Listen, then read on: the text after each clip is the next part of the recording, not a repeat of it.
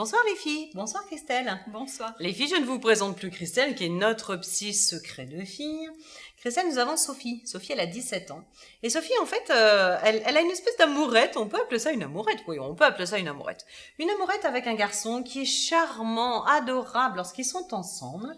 Et le problème, c'est que quand il est avec ses potes, eh ben, c'est le roi des... Ah, il est plus adorable le du roi tout. des cochons. Et il est plus adorable du tout. D'accord. Donc, quel comportement il faut qu'elle adopte par rapport à... c'est Dr Jekyll et Mr Hyde. Oui, Donc, là, c'est clair. c'est perturbant comme situation. Très. Comment Oui, est-ce qu'on peut aider Sophie?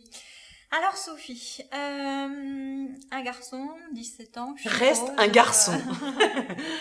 En Voilà. pleine adolescence, la testostérone de partout. C'est ça. C'est Donc, ça. du coup, il fait beaucoup en fonction des copains.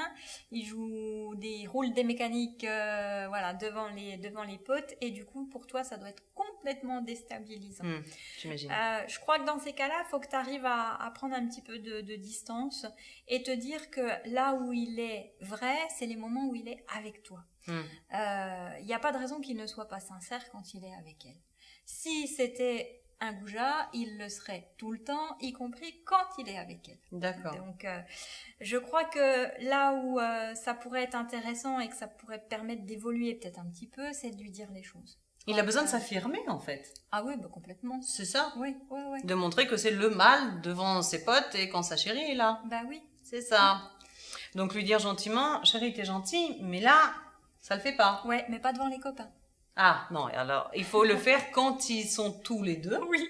Que lui faire comprendre qu'il est très désagréable quand il est avec ses potes. Voilà, et qu'elle en souffre surtout. D'accord. Pour que petit à petit, il se remette un peu en question et qu'il évite les remarques déplacées, l'humour désagréable, des choses comme ça qui peuvent être un peu compliquées pour elle à vivre.